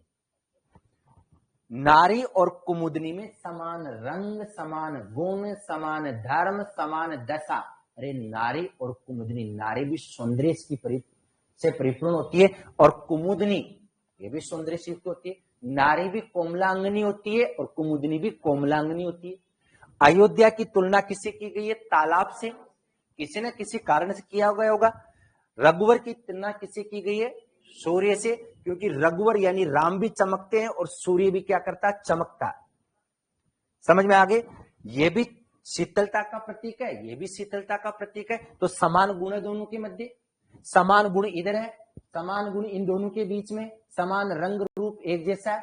जबकि प्रयोजनवती लक्षणा में राकेश और गधे में किसी भी प्रकार की कोई भी सादृश्य संबंध नहीं है। राकेश कहां, गधा कहां, दोनों में अंतर समझा रहा हूं आपको। वहां सादृश्य संबंध नहीं होते हैं, यहां सादृश्य संबंध होता है। और जहां सादृश्य संबंध होता है, समान गुण अरे देखो, मेरी तुलना आप लोग बाजरे से तो कर सकते हैं ना भाई। शंकर सर कैसे बाजरे जी से, ऐसे मत कर सकते हैं ना भाई। वो भी कुछ न कुछ तो दोनों में गुण होगा ना, समानता नाम में। वो भी लंबे, मैं भी लंबा ही हूं, ये तो हो सकता है ना। लेकिन मेरी तुलना किसी ऐसी विषय वस्तु से नहीं हो सकती है जो किसी भी सूरत में मेरे से समानता नहीं रख सकती, नहीं हो सकता है ना। अब मान लीजिए किसी को अपना किसी भी चीज की तुलना तभी तो कर सकते हैं जब उन दोनों के बीच में किसी भी तरह, अब देखो बाजरे में और मेरे में क्या लंबाई से संबंधित गुण है, समझ में आ गया? तो सादृश्य संबंध है ये। जबकि प्रयोजनवती लक्षणा में कोई भी सादृश्य संबंध होना जरूरी नहीं है, वो किसी भी आधार पर उसका लक्ष्यार्थ कल्पित किया जा सकता है। तो इसका मतलब ये अभिधा भी नहीं है, रूढ़ी इसलिए नहीं, रूढ़ यानी प्रसिद्ध नहीं हो रहा। प्रयोजनवती इसलिए नहीं है कि प्रयोजन के आधार पर नहीं हो रहा, बल्कि सादृश्य के आधार पर हो रहा है, समान रंग गुण के आधार पर हो रहा है। तो ये अपने आप में किसका उदाहरण होगा? गुणी लक्षणा का उदाहरण होगा। लिखिएगा यहां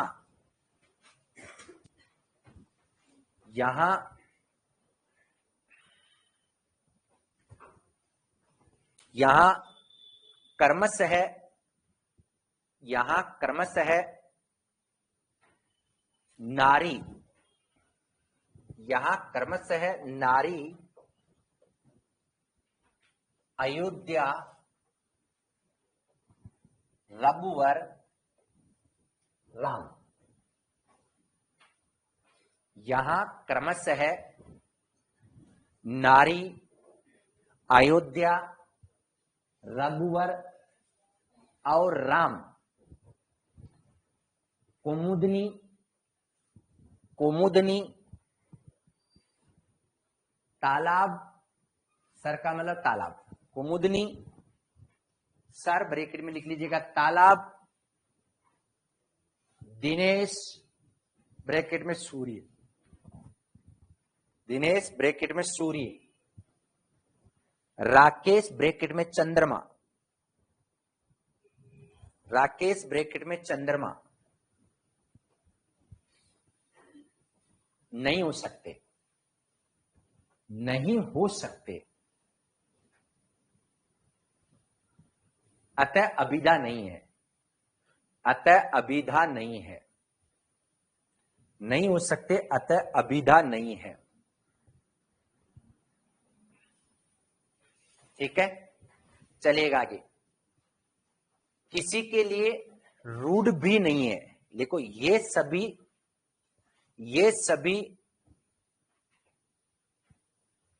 किसी के लिए रूढ़ या प्रसिद्ध भी नहीं है। ये सभी किसी के लिए रूढ़ या प्रसिद्ध भी नहीं है। अतः रूढ़ि लक्षणा भी नहीं है, अतः रूढ़ि लक्षणा भी नहीं है, रूढ़ि लक्षणा भी नहीं है।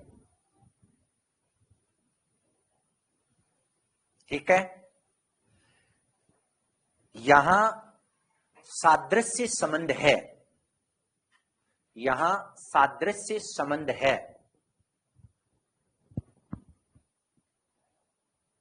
यहां सादृश्य संबंध है जिसकी वजह से गुणी लक्षणा है, जिसकी वजह से गुणी लक्षणा है। ठीक है, मैंने प्रयोजनवती को इसलिए नहीं बताया क्योंकि प्रयोजन तो हो सकता है लेकिन सादृश्य संबंध होने की वजह से गुणी लक्षणा है। अभी अपने हथियार का इस्तेमाल नहीं करेंगे, लास्ट में करेंगे एक और उदाहरण बताने के बाद। दूसरा उदाहरण लिखिएगा,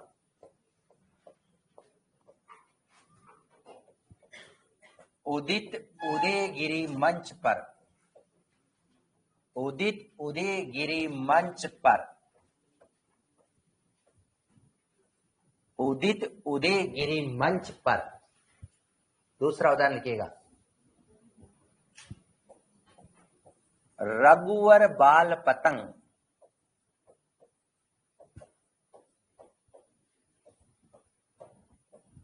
उदित उदयगिरी मंच पर रघुवर बाल पतंग, विकसे संत सरोज सब, विकसे संत सरोज सब, विकसे संत सरोज सब,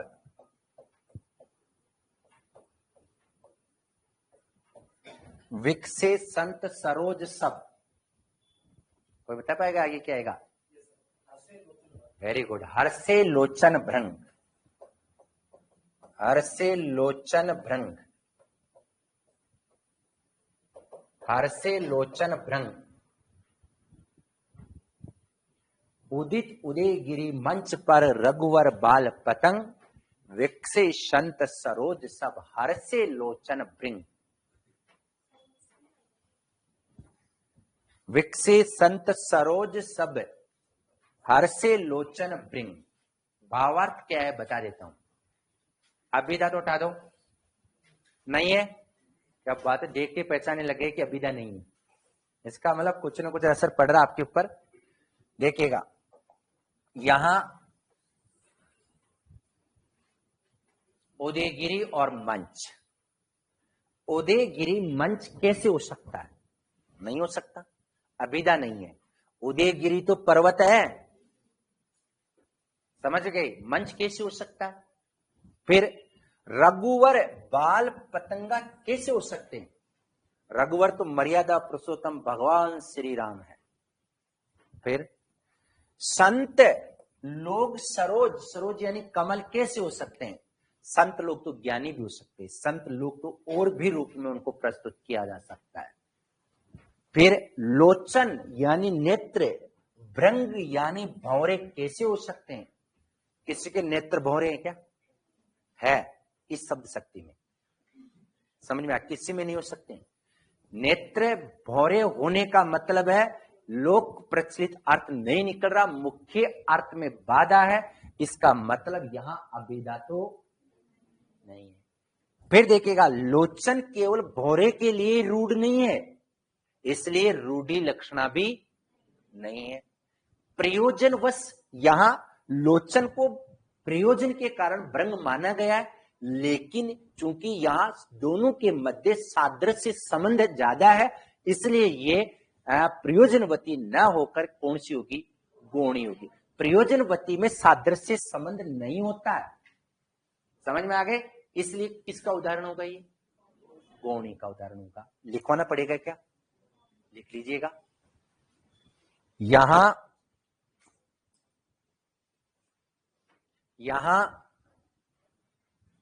कर्मश है, यहां कर्मश है उदयगिरी और मंच में, यहां क्रमश है उदयगिरी और मंच में, उदयगिरी और मंच में रघुवर और बाल पतंग में, रघुवर और बाल पतंग में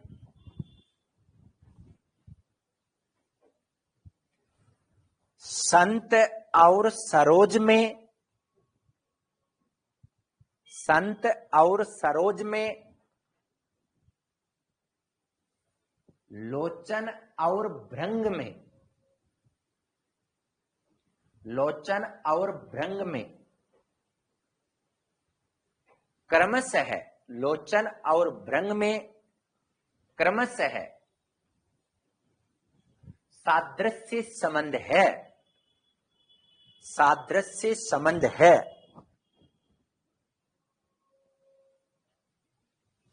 अतः गौणी लक्षणा है, अतः गौणी लक्षणा है, गौणी लक्षणा है। उदयगिरी लिखिएगा आगे, उदयगिरी रघुवर, उदयगिरी रघुवर संत लोचन, लोचन क्रमशः, क्रमशः मंच बाल पतंग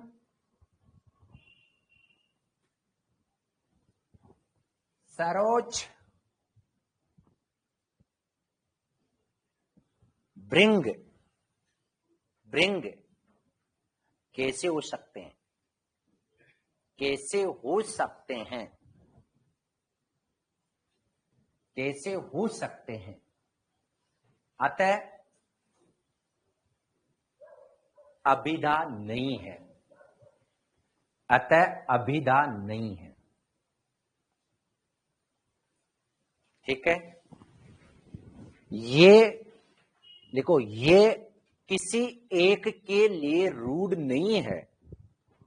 ये का मतलब तो समझ गए ने? ये सारे के सारे उदयगिरी बाल पतंगा तमाम चीजें ये किसी एक के लिए रूढ़ नहीं है,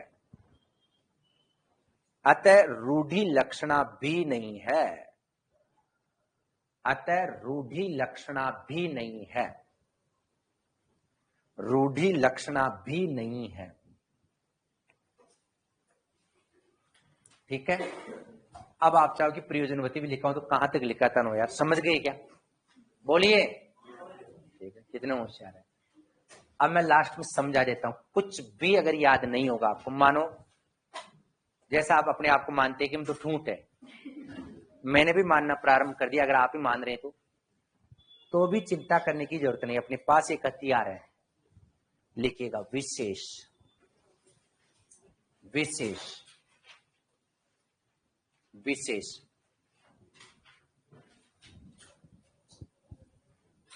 रूपक अलंकार, रूपक अलंकार तथा लुप्तो उपमा अलंकार। रूपक अलंकार मैं लिख देता हूं, आपकी नजरों से पता चल जाता है कि आप करना क्या चाहते हो। मेरी तरफ देखते हो तो मैं समझ जाता हूं, वैसे भी मुझे जाना पड़ता है ऐसे रूपक लिखने के लिए। रूपक और कौन सा, ये लुप्त प्लस उपमा से बना लुप्तोपमा। रूपक और लुप्तो उपमा, उपमा के 3 भेद माने गए हैं, कृपया यात्रीगण ध्यान दे। और रूपक के भी 3 ही हैं, सांग रूपक, निरंग रूपक और परंपरित रूपक। माल उपमा, लुप्त उपमा और कौन सा, पूर्ण उपमा। 3 उपमा है इसमें। रूपक अलंकार और लुप्तो उपमा अलंकार के सभी उदाहरण इस शब्द शक्ति के उदाहरण होते हैं। सभी उदाहरण इस शब्द शक्ति के उदाहरण माने जाते हैं। जितने भी उदाहरण है सभी इस शब्द शक्ति के उदाहरण माने जाते हैं।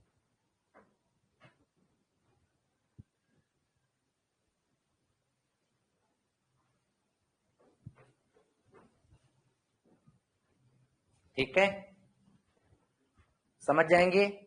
और बेहतर कब समझ में आएगा, जब हम रूपक अलंकार पढ़ेंगे तब पता चल जाएगा कि ये उदाहरण वहीं जा रहे हैं। अब अर्थ भी नहीं आएगा तो अलंकार समझना पड़ेगा आपको, कहीं ना कहीं तो काम करना ही पड़ेगा। चलिए आगे बढ़ते हैं। नंबर 4, शुद्धा लक्षणा शब्द शक्ति। शुद्धा लक्षणा शब्द शक्ति। शुद्धा लक्षणा शब्द शक्ति।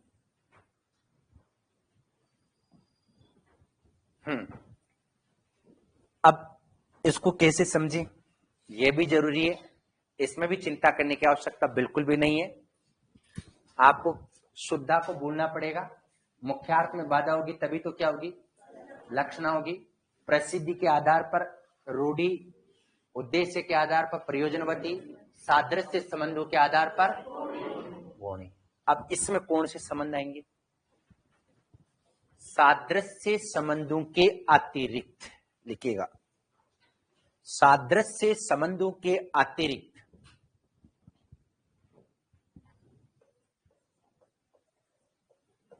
सादृश्य संबंधों के अतिरिक्त, संबंधों के अतिरिक्त अन्य संबंध, अन्य संबंध। सादृश्य संबंधों के अतिरिक्त अन्य संबंध। समीप सामीप्य, अन्य संबंध समीप सामीप्य, आधार आधे,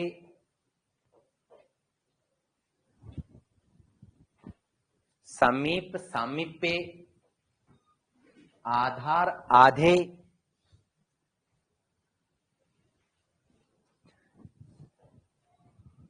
के आधार पर, के आधार पर, के आधार पर जहां भी लक्ष्यार्थ कल्पित किया जाता है, इनके आधार पर जहां भी लक्ष्यार्थ कल्पित किया जाता है, लक्ष्यार्थ कल्पित किया जाता है, वहां यह शब्द शक्ति होती है, वहां यह शब्द शक्ति होती है।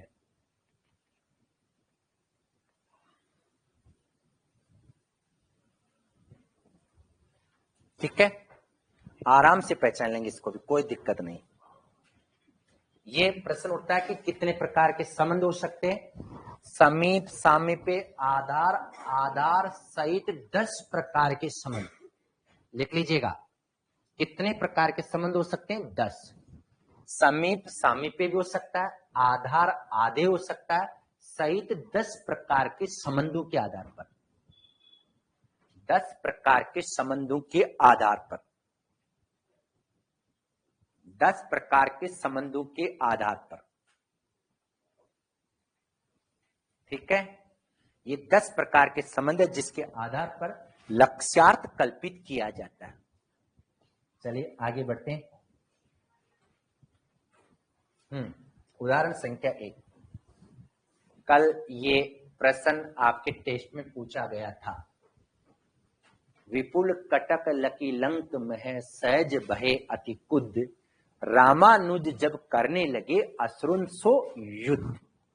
देखिएगा, विपुल कटक लकी, विपुल कटक लकी, विपुल कटक लकी लंक मह सहज भये अति कुद, सहज भये अति कुद, सहज भये अति कुद। विपुल कटक लकी लंक मह सहज भये अति कुद, रामानुज, रामानुज जब करने लगे असुरन सो युद्ध। लो जी, विपुल कटक लकी लंक मह सहज भये अति कुद, रामानुज जब करने लगे असुरन सो युद्ध। एक और उदाहरण दे दूं क्या? साथ के साथ ही, साथ के साथ समझने की आदत नहीं आपकी, इसलिए नहीं देता, ठीक है। पहले आप रुक जाइएगा, बाद में दे देंगे, धीरे धीरे एक एक को समझा देता हूं। 2 उदाहरण, 3 उदाहरण, 5 उदाहरण, जितने लो उतने ले सकते हैं, कोई दिक्कत नहीं। देखिएगा, अब आप लोग मुझे बताइएगा कि इसमें पहली बात तो कि अभिधा क्यों नहीं हो सकती, बिना अर्थ समझे कोशिश करो। साहब दिमाग की कोनत कर दो, कोई बात नहीं, वो दिमाग आ जाएगा, चिंता मत कीजिएगा। सब लोग धीरे धीरे बुद्धिमान बुद्धिमतियां बनती है। विपुल यानी बहुत ज्यादा, कटक यानी सेना, लकी यानी देखा, लंक में लंका के मध्य, सहज भय अति कुद, सामान्य रहने वाले, सहज भय अति कुद सामान्य रहने वाले भगवान श्री राम भी बहुत ज्यादा खुद यानी क्रोधित हो गए। क्या देखकर? विपुल कटक लकी लंक में, बहुत ज्यादा मात्रा में श्रीलंका में सेना को देखकर सामान्य रहने वाले भगवान श्री राम भी क्रोधित हो गए कि ये कहां से आ गई लंका के अंदर ऐसी सेना। रामानुज, राम के अनुज जब करने लगे असुर यानी राक्षसों से क्या युद्ध करने लगे। यहां तक तो समझ में आ गया ऊपर वाली बात। नीचे क्या? रामानुज जब करने लगे, राम के अनुज कौन? क्या बात, आपको तो सब समझ में आ गया। अरे राम के अनुज तो भरत भी है, राम के अनुज तो शत्रुघ्न भी है, राम के अनुज तो लक्ष्मण जी भी है, लेकिन आपने इसका लक्ष्यार्थ सिर्फ लक्ष्मण ही क्यों कल्पित किया? एक मिनट, मैं बता दूंगा इसका अर्थ क्यों कल्पित किया। इसके पीछे कारण यह है कि मिस्टर राम और मिस्टर लक्ष्मण दोनों के मध्य, छोटे भाई तो और भी हैं, लेकिन इन दोनों के बीच में समीप और सामीप्य संबंध था, ठीक है। इस वजह से यहां शुद्ध लक्षणा शब्द शक्ति हुई है। सादृश्य संबंध है, लेकिन सादृश्य संबंधों के अतिरिक्त समीप और सामीप्य आपने बता दिया लक्षण आएंगे, जबकि और भी तो भाई बहन, वो क्यों नहीं कल्पित किया आपने? क्योंकि दोनों के बीच में समीप सामीप्य आधार आधे उपमेय उपमाएं जो भी है उनका संबंध है 10 प्रकार की। इसकी वजह से किसका उदाहरण होगा? शुद्ध लक्षण शब्द शक्ति का उदाहरण होगा। यहां उतारिएगा, यहां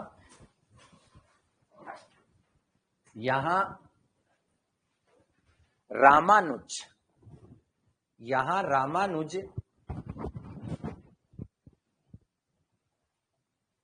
से तात्पर्य, यहां रामानुज से तात्पर्य समीप सामीप्य संबंधों के आधार पर, समीप सामीप्य संबंधों के आधार पर, समीप सामीप्य संबंधों के आधार पर लक्ष्मण जी कल्पित किया है। समीप सामीप्य संबंधों के आधार पर लक्ष्मण कल्पित किया है, के आधार पर लक्ष्मण कल्पित किया है। अतः शुद्ध लक्षणा है, अतः शुद्ध लक्षणा है, शुद्ध लक्षणा है। जबकि रामानुज, जबकि रामानुज, जबकि रामानुज, जबकि रामानुज के, जबकि रामानुज का अर्थ, रामानुज का अर्थ राम के अनुज, रामानुज का अर्थ राम के अनुज भरत शत्रुघ्न, भरत शत्रुघ्न लक्ष्मण होता है। रामानुज का अर्थ या रामानुज के अंतर्गत भरत, राम और लक्ष्मण, भरत शत्रुघ्न और लक्ष्मण आते हैं। जबकि अपने क्या अर्थ ग्रहण किया? लक्ष्मण। किसके आधार पर? समीप और सामान्य के आधार पर। सुनिए, अगर आपसे ये कह दिया जाए कि राम के अनुज लक्ष्मण हैं, अभिधा है, अभिधा है, राम के 3 अनुज है तो भी क्या है? अभिधा। लेकिन ये जो यहां कल्पित किया गया है ये समीप और सामीप्य संबंधों के आधार पर है, लक्ष्यार्थ कल्पित किया गया। वरना अगर आप मुख्यार्थ कल्पित करते ना तो रामानुज का मतलब ये तीनों ही कल्पित कर लेते, लेकिन आपने लक्ष्यार्थ कल्पित किया समीप सामीप्य संबंधों के आधार पर, तो आपने कल्पित कर लिया किसको? ठीक है। एक और उदाहरण,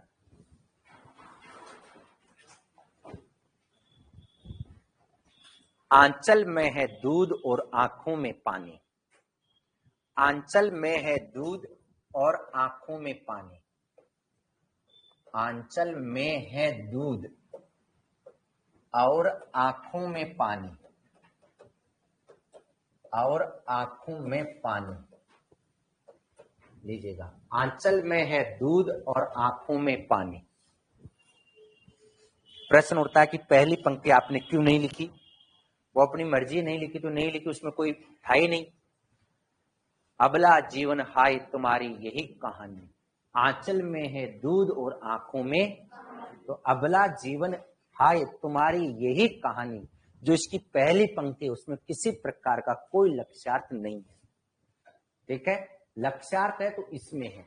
ये जो पंक्तियां हैं ये मैथिली शरण गुप्त के यशोधरा खंड काव्य जो 1932 में लिखा गया था उसकी पंक्तियां हैं। पंत जी की पंक्तियां जो 1932 में यशोधरा खंड काव्य में इन्होंने लिखी थी, कही थी, बताई थी, बोली थी।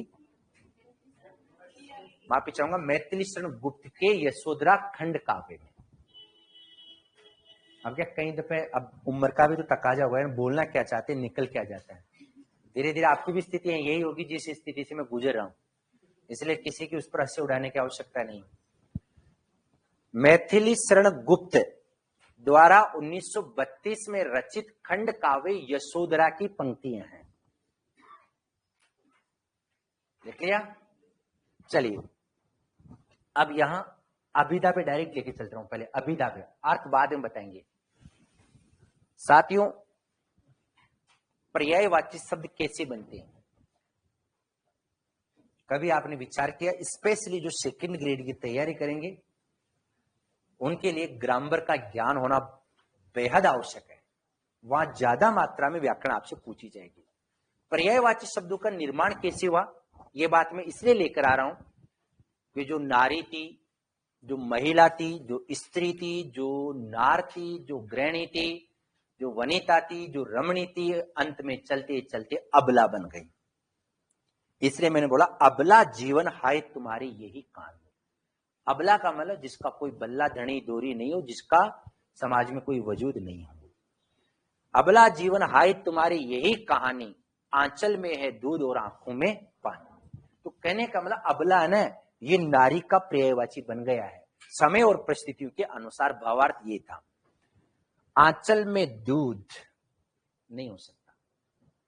आंचल में दूध हो सकता है क्या? स्तन में दूध हो सकता है, लेकिन आंचल में दूध कैसे हो सकता है? इसका मतलब अभिदा। आंखों में पानी कैसे हो सकता है जबकि आंखों में तो, क्या बात है, भयंकर आंसर।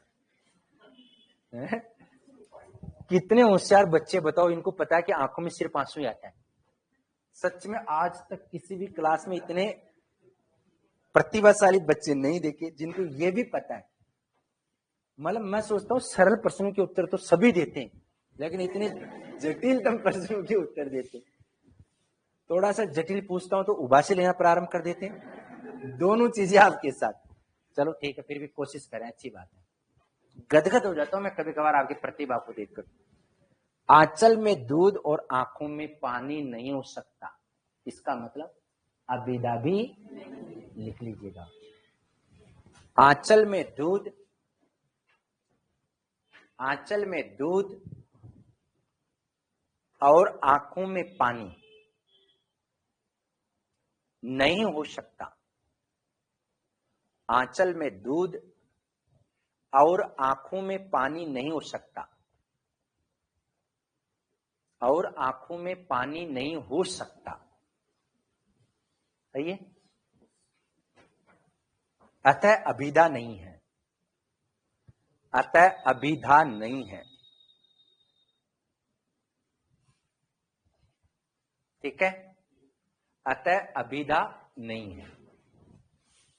आंखों में ऐसे लिखो, आंचल और दूध में, आंचल व दूध में, आंख व पानी में,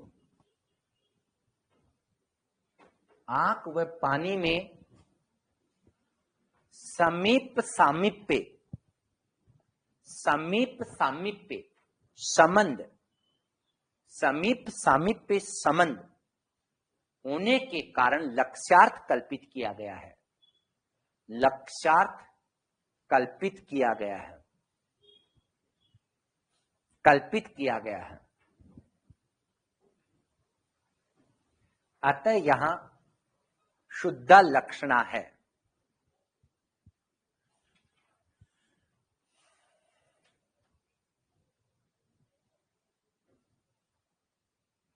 ठीक है, आगे बात समझ में। एक और लिखवा देता हूं उदाहरण जिसमें कोई और संबंध हो। दोनों समीप सामीप्य के आगे और का भी लिखाना पड़ेगा क्या? रूढ़ी क्यों नहीं है यार, प्रयोजनवती क्यों नहीं है यार? समझ जाएंगे ना? बोलिए। इतने सरल शब्दों में मैंने लिखा दिया, समझ जाएंगे। उदाहरण संख्या 3 लिखिएगा।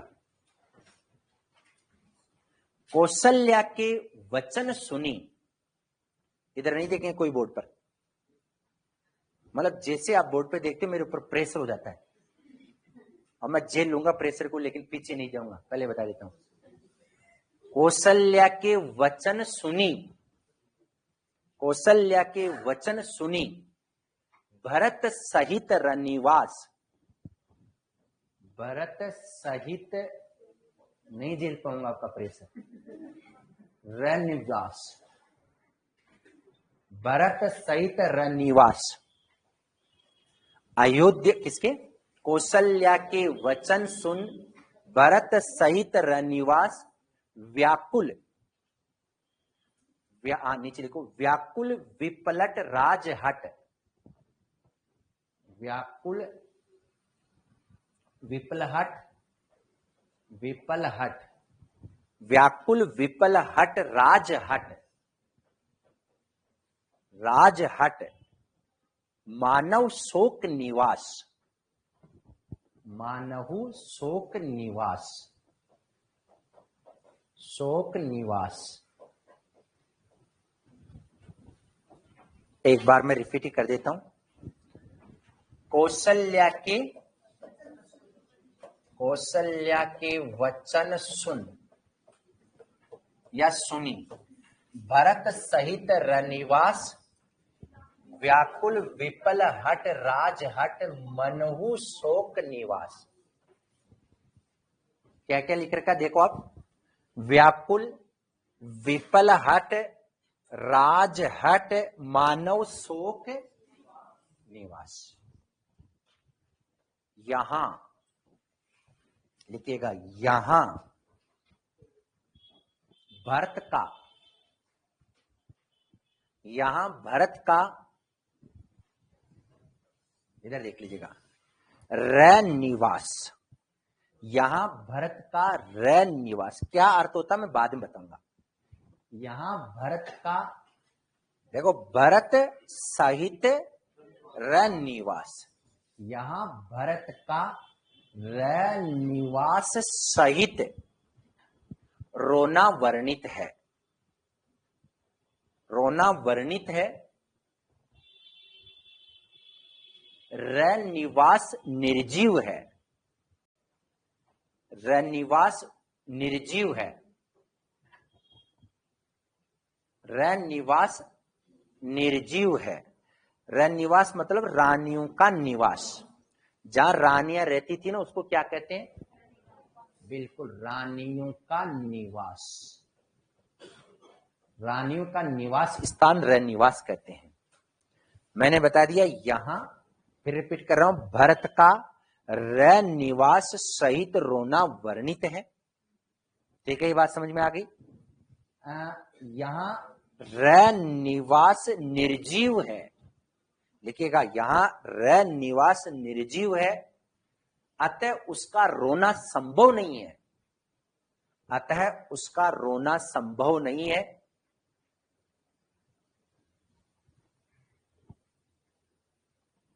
लेकिन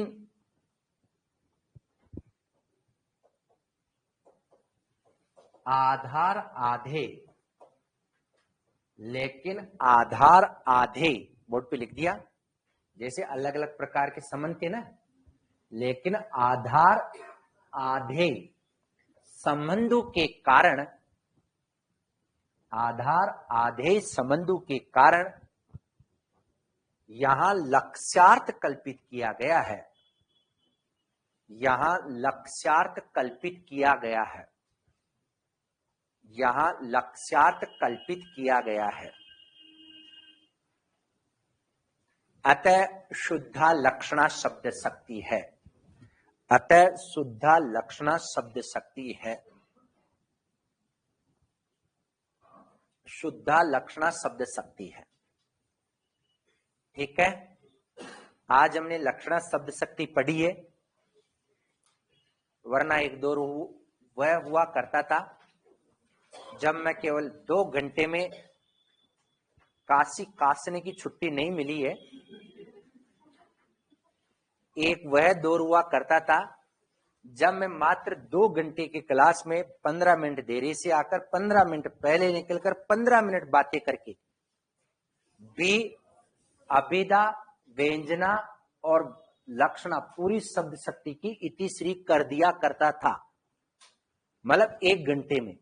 लेकिन आपको पता, कल की क्लास हो गई 2 घंटे, 2 घंटे आज की हो गई और कल की 2 घंटे में कंप्लीट होगी। लेकिन इसका मतलब मेरा प्रयास ये है कि 80% 70% आपको हल्का हल्का ही सही समझ में आना प्रारंभ हो जाए।